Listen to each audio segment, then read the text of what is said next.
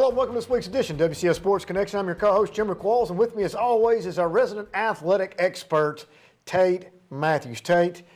NFL draft expert. NFL draft this week expert. Tate, it's crazy to think about.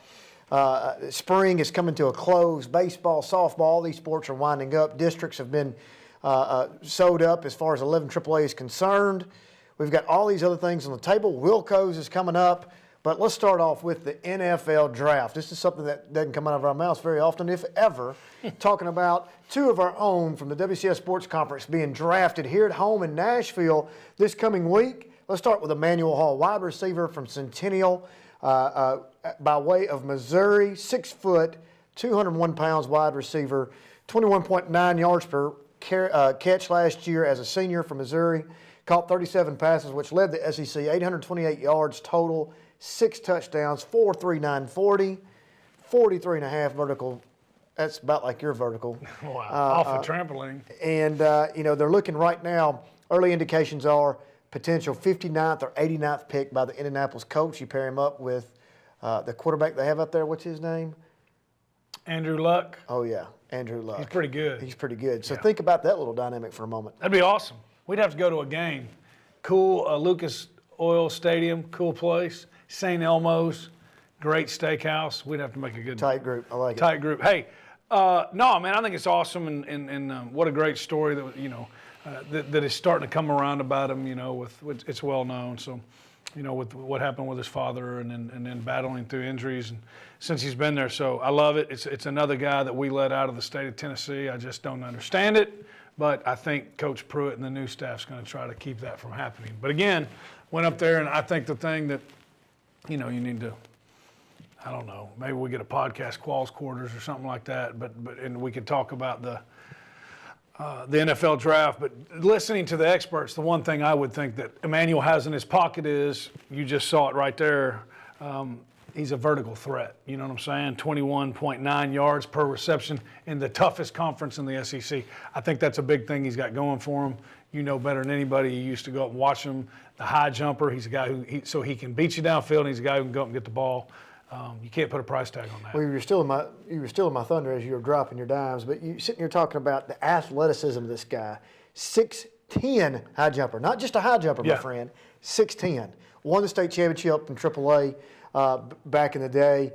WILLCO alumni. Yes. Obviously, was a WILLCO finalist. Won it in track that year. But that's funny. You go back and you start looking at the football. Wasn't even on that list. You had Van Jefferson, Tyrell Dotson, and one of his other teammates, Deion Sanders. And deservedly so. Joe Critchlow. That was the 4 that made up that year, right? So then you get Tyrell Dotson. Speaking of Tyrell also Texas A&M way of Centennial, 6'2", 242, inside linebacker.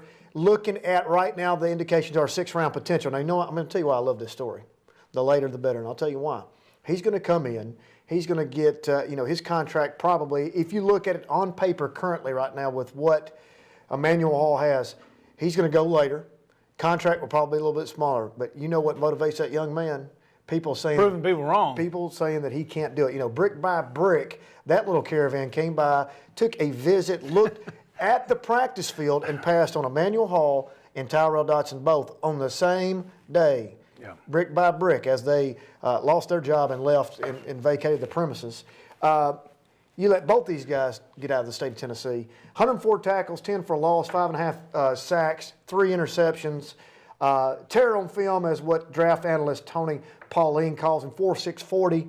This man is he's a big old boy. Who does he remind you of? You've said this before. It's a big statement, and he's close to your heart.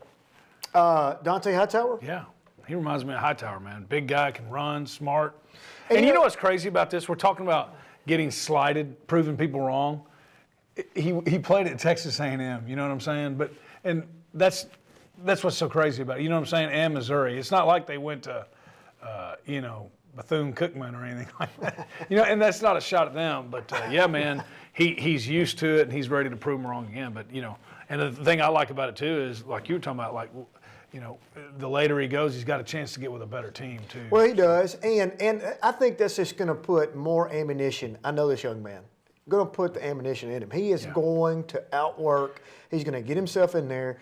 And by year 3/4, when the contract year comes up, he won't have to worry about anything anymore. Well, and we saw it, the cool thing about him, man, and if the people that know him, you know, this is just the way he is. He hadn't even been drafted yet. Here he is. I know he made an appearance and spent a lot of time at the Special Olympics. What was that called? The event they had at Centennial last week. He was there amongst them, man. He just gets it. So whoever drafts him, you're getting a great football player. You're getting a great young man who gets it. He's not going to embarrass you. He's going to make you proud, be a part of your community. I mean, he's just he checks all the boxes. The character of this young man. Also on that, you know what he did in the summer times?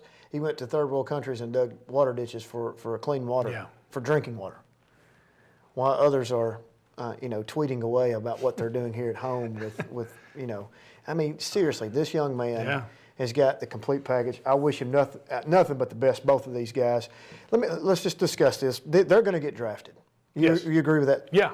So once they get drafted, the only thing lacking is if Garrison Mathews can get picked up by an NBA team, we will have representation. Can he go second round? Probably not. He's a free agent. I think it'll be a free agent pickup by somebody. Make a roster somewhere and just work your way up. And make it a year. You never know what happens. I think his future probably lies overseas, but if he could get picked up, and you never know what happens. You know, his team won the Portsmouth Invitational this past weekend, which is a tight group that comes into this thing that, they're not necessarily draft material, but they're the best of the next group. Yeah. And his team won that Invitational. Well, all he did was score against everybody that he went up against. Didn't matter if they were one of the Power Fives or whatever. So, hey, speaking of, a little nugget for you, I saw there was a pretty impressive pickup basketball game going on this weekend that I stumbled upon. We could win a lot of games with those. There was a lot of old Wilco guys in that. But anyways, Grant Teichman was there, and he is getting ready to graduate. He has his visa or whatever to Germany, and he's probably more than likely he's going to play in one of the German leagues next year because he won't count as a U.S. They can only have a couple of Americans on the team. He'll count as a German, so he's getting ready to play over there. Pretty neat. He's one of your favorites, I know. It's a pretty neat story. But to think about in the 5 years that the Wilcos have been around, out of that entire group of athletes that come through in the 5 years, you're going to have a professional baseball player in Bryce Denton. You're going to have a professional football player with two guys. And then if you could get, if Garrison or somebody gets picked up on it, you're going to have professionals on all. And you're going to get another NFL guy next year. And then not including Van. Yes, Van Jefferson, another. Not including the fact that you look at the Olympic side of things. Logan Eggleston going to be at Olympics 2020. That's a book it. Check it. Libby Sugg, I really think, is also a shoe-in for that on the softball side from BYU. Pretty neat. By way of Franklin. Oh, yeah. That's only in 5 years. Only 5 years. You can go back and look. I know it runs deep, but the amount of – I don't think people realize the caliber of athletes that we have here. Yeah. So I thought it was an interesting story. So moving on, baseball, 11 AAA. Chad, Kirby, and Old Sparty are rolling 16-6, 12-1 in 11 AAA. To only lose one game in this particular district, and that came on the first district game of the year against Brentwood, they've run off 12 straight wins. 12 straight. It's pretty dominating. And in this league, we've seen, there's been years, Summit's up top, Brentwood, Ravenwood, but and there's been some really, really good teams, a lot of state tournament teams in there. I don't think this hadn't been done. I don't remember Brentwood on these really good state tournament teams, runner-ups, champions. I don't remember a 12-1 district season by them. This is dominating. And they're not even hitting the ball real well right now. I think that's one of the Achilles heels. If they could ever get some offensive power going, man, you imagine what they could do. Because, on the defensive side, they're pitching. They have three great arms. Chris McElvain, the Vandy commit, early on, 47 strikeouts, 0 ERA. Blake Money, LSU commit, 22 innings.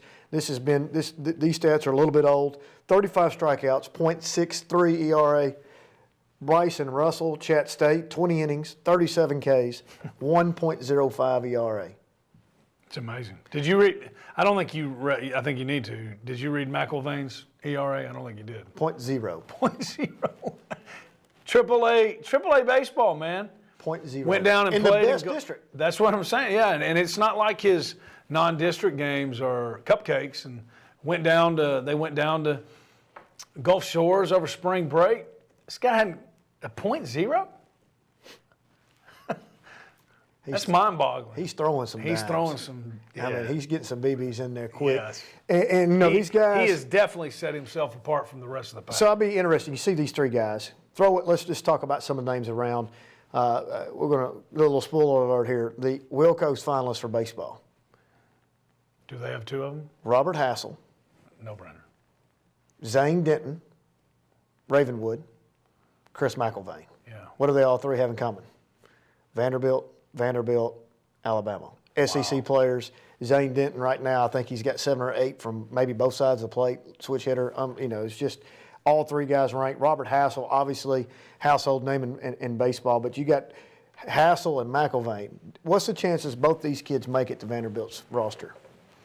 I think you got a better chance of getting McElvain than you do Hassel, don't you? I mean, if You're talking about on the roster and not getting drafted? I'd say draft status probably so, but, you know, McElvain brings something. I think Robert holds his own as far as pitching, but that's not what he's going to go for. Right. Where McElvain is touching 90s, lower 90s in that pitching realm.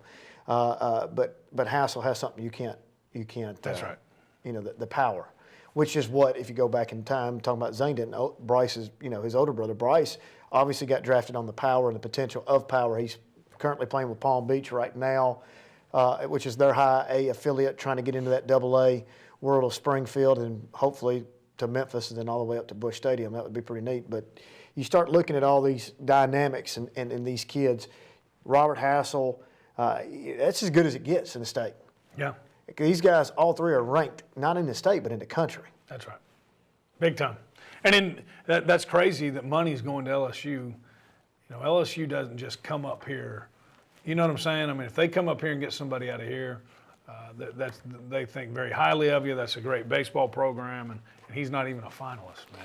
That's crazy. To round out that 11 AAA in first, Summit second, Brentwood and Franklin kind of right there head and head. I think Franklin plays Summit this week after this airs. If they could beat Summit, they will leapfrog into that second place over Brentwood. Independence in fourth at 8-5. Fifth place Dixon, sixth place Ravenwood, seventh place Centennial, eighth place Spring Hill, and ninth place Page High School. Knowlesville baseball right now 13-11, 8-0, sitting in first place in 12 AA.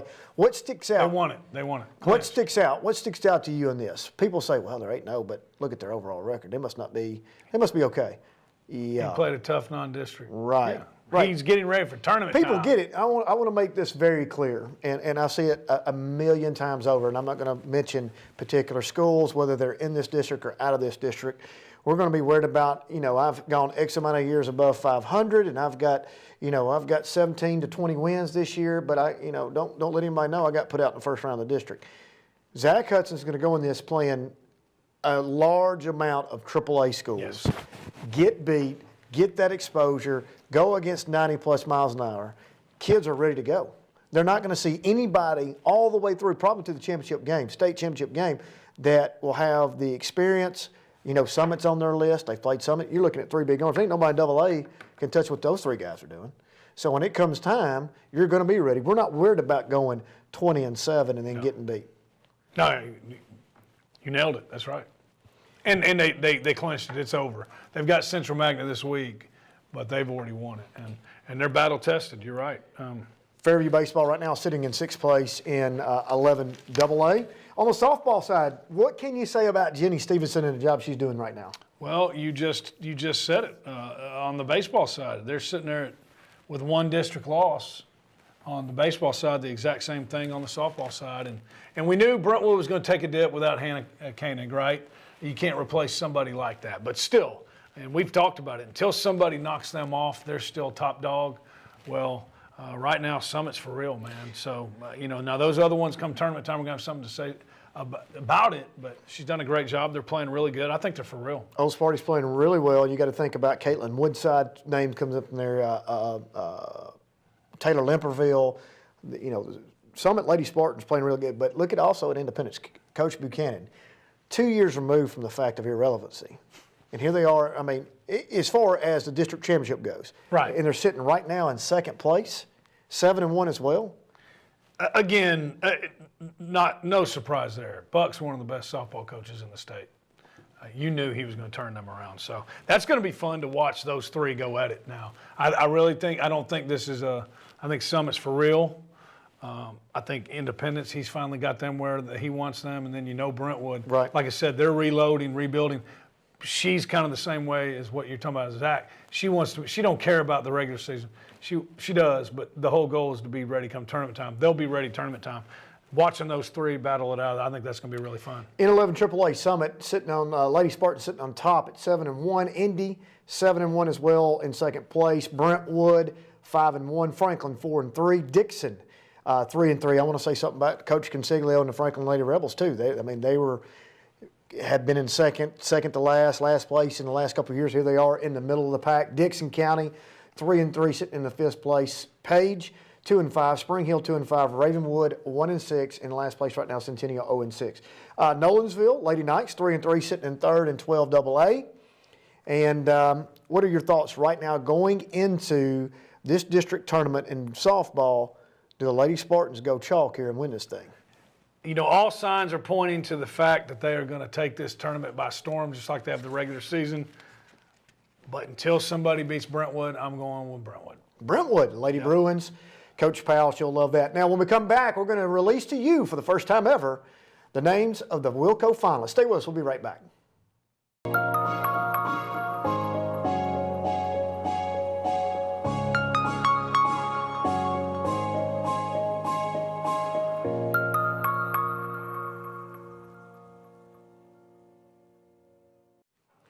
Welcome back to WCS Sports Connection. Tate, it is time for the WILLCOs. We're going to unravel all the names, talk about them real quick, and let you know who has been chosen as the 2018-19 finalist for the WILLCOs. And remember, these names that we mentioned today are the ones getting the golden tickets. We've never done this before, so let's go through category by category, starting with football in the defensive category.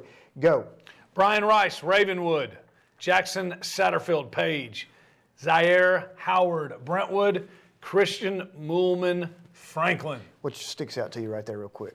Brian Rice. You think so? I like this list. They're all good. I like Howard as, coming in right there from Brentwood.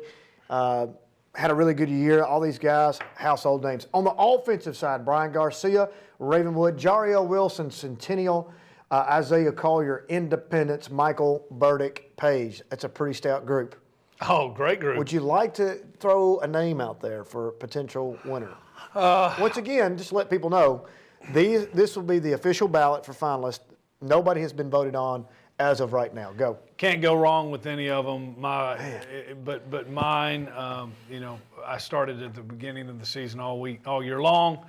What Jariel Wilson did, I think other guys had more around him than Jariel.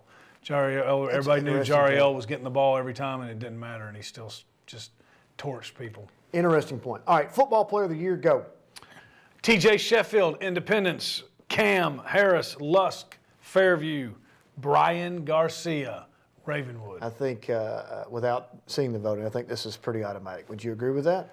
I don't know, but you look at it on paper and you look down the chalk line, it's closer than what it appears. I think it's pretty automatic. But if you did not know where one of them was going and you just looked at the paper, I don't think it's automatic. But I'm assuming you think TJ Sheffield. I would think Let's just say this, odds-on favorite. Odds-on favorite. I'm okay with that. I think Cam Harris-Lusk has an unbelievable argument in this matter, but we'll see.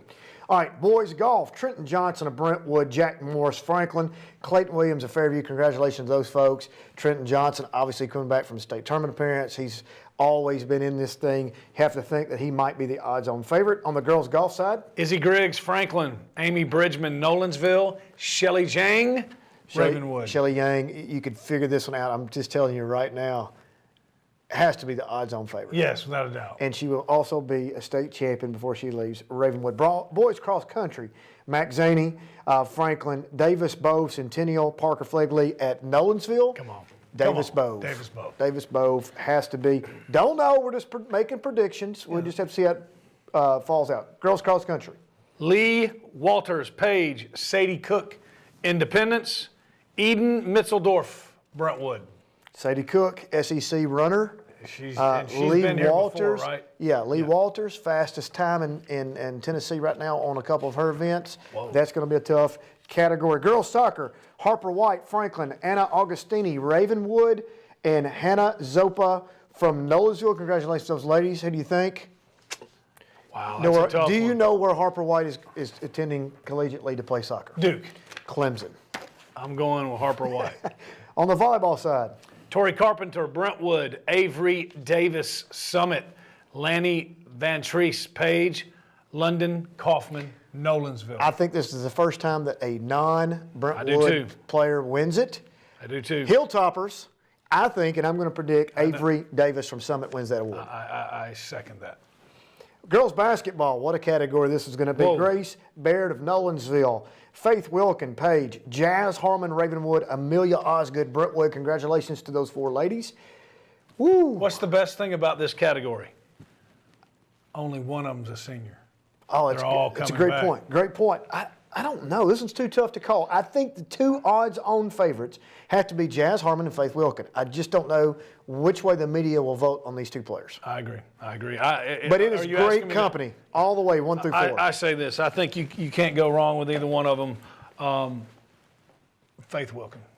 You think so? Yeah. Well, you can't I'm go going to go wrong with opposite any of it. I'm of going to them. go Jazz Harmon. Jazz. Okay, I like it. Because the Ravenwood Lady Raptors got a little deeper. They did. Grace Baird's right there in the conversation because Zoe Pillar doesn't get hurt. Her name may get called. I mean, there's so many people that you could have called or directions you could have gone. Well, and look at there was you could have had either one of the Trucial girls or yeah. ladies for Brentwood. I think the girls and boys basketball categories are the 2 toughest or as deep, along with baseball, deepest categories that we have. Yeah. On the boys basketball side, Reese Glover, Franklin, Nate Bladorn, Nolensville, Harry Lackey, Brentwood, Trey Carlton, Centennial. Reese Glover. 2,400 career points. I did this. We talked about this weekend. Had a little research. 424 made 3-pointers in his career. Not many people have that many attempts, much No. less makes. No. On the boy, But I love all of them. Nate Bladorn, Mr. Double-Double. Banger inside. Harry Lackey in the Bruins getting all the way into the semis. That's right. Trey Carlton, good regular season for Centennial, but Reese Glover, in the end, I think if you look at strict on paper chalk basketball player, it has to be Reese. I think so. So I think we'll so. see how it goes. Boys wrestling. Skylar Coffey, Brentwood. Jackson Clevenger, Fairview, and Job Dooley of Franklin. Skylar Coffey, state champion. Here's what's going to be interesting. Maybe we should make them wrestle off to see who wins it. Man, I'd go. I'd buy a ticket, promise you. I mean, really. One loss. How do you pick one over the other? One loss on the season. Overall mat time? I mean, really, how do you pick? This is tough. Most dominating performance. Jackson is a back-to-back 2-time state champion. So does he get points for being the defending state champion and having to defend it? But if you're asking, and Joe Dooley, I know he's at least a 3-time state qualifier. Sure. State placer. And to be on that list is pretty phenomenal with those other 2 guys. So let's be honest with it. And could we possibly see, I don't know how this voting is going to go, a co-champion? Possibly, yeah. Is this just this season? Yes. I don't think you can be any more dominating than what Skylar Coffey did. All right, fair enough. Girls wrestling, Skylar Bixby, Independence, Annalise Dotson, Franklin, and Olivia Kalingos, Fairview. Congratulations to those ladies. That's one of those categories that continue to grow in the Williamson County Sports Conference. On the boys bowling side? Carson Roble, Nolensville, Drake Austin, Brentwood. Here's a little nugget for you. Carson Roble, dual sport athlete. Know what other sport he plays? Baseball. Baseball, that is correct. Yeah. Nicely done. Girls bowling, Sona Davis, Ravenwood, Sydney Gant, Nolensville, Emily Jackson of Centennial on the bowling side. We could dwell on bowling all day. I think they could bowl blindfolded and beat the both of us. Little nugget for you. Drake Austin played coach pitch, T-ball, baseball for Dougie Fresh and I. How about that? I feel like we were very influential in the formative years of his athletic career. If and when he wins the bowling award, I fully expect a shout out for being a big part of the maturation of his athletic career. His athletic career. Girls tennis. Girls tennis, Haley Clausen Page, Mira Unit, Franklin, Georgia Fisher. Brentwood. Of the Fisher bloodline. Yeah. You think she's odds-on favorite going in? If I had to pick, yes. All right. On the boys' side, Jack Piana of Independence, Donovan Janicek, Brentwood, Jackson Vaughn. Donovan is a repeat finalist. He is. I believe he will be the odds-on favorite going into this. Obviously, there's still some tennis to play. We still have voting going on at this time. Or we haven't even started the voting, but I think that will play into account as they go into districts of the tennis. On the girls' track side, Avery McMullen of Centennial, Lee Walters of Page, Meg Wilson, Brentwood, and Kiera Carter of Ravenwood. Tough one. You just mentioned about Walters has the fastest time in the state so far this year, but I think the odds-on favorite's Avery McMullen. I would have to agree. Kiera Carter over there at Ravenwood, part of the relay teams as well as the sprints, could be somebody to be reckoned with at the end of this before it's over with. Boys' track. Jet Kinder, Brentwood, Davis Bove, Centennial, and Gabriel Sleenoff, Ravenwood. This, I didn't realize until I just read it. That's a tough category. Well, why? Gabriel Sinhoff, go. Well, he's dominating in the shot put right now. I think he threw 58 the other day. Did you see the video of it? Yes. It looked fake, didn't it? It looked like he threw a baseball. So I think he's got a chance to win state. Obviously, Davis Bove is going to win state in mile, 2 miles, something. And then Jet Kinder, the defending Could decathlete. quite possibly be. It is not in the most captivating sport that people kind of, you miss a lot of things. Could quite possibly be the #1 athlete in all of the county, in every sport. You're talking about Kinder, right? Yes. Yeah. Decathlete champ is a sophomore? Yes. State champion. Right, yes. State champion. That's right. So he's the defending. That's a tough category right there. Since we're doing it, that one's the toughest I've seen so far. I'm going to go with Jet Kinder. I got to go with Kinder. On the softball side, good category as well. Jenna Johnson of Page, Caitlin Woodside Summit, McKinley Webb Independence, man, all three very worthy of winning this award. Jenna Johnson. We need to change the name of that award to the Hannah Koenig Award. Yeah, well, that's a good point. Jenna Johnson is a 3-time finalist for softball. Yes, and she's a heck of a player going to Alabama. Woodside is having a great year. Webb. Lipscomb? Who? Woodside's going to Lipscomb? Oh, yes, correct. Yeah. Webb is having an outstanding year. I think, one, she deserves it, and then being there all those years, and then not getting it, I think this is Jenna Johnson's year. On the baseball side, we've already kind of spoiled this earlier. Robert Hassel, Independence, Chris McIlvain, Summit, Zane Denton, Ravenwood. Let me ask you this. As we come down to the finish line in baseball, will Summit's overall finishing, have an effect on the voting with Chris McIlvain over Robert Hassel? I think good question. The other question is this. McIlvain and Hassel, do they cancel each other out and Denton slides in? That's a great point. I don't know. I don't see that. I think that would be the third of the 3 synopses that would just went through, scenarios that we just went through. I think that the success of Summit coming down the stretch is going to be the biggest impact for Chris McIlvain to win this award. Man, you can't go wrong with any of the 3. I agree. I'm going McIlvain. All right, boys soccer. Sam Comcento, Brentwood, Brandon Parrish, Fairview, Hunter Bossman, Independence.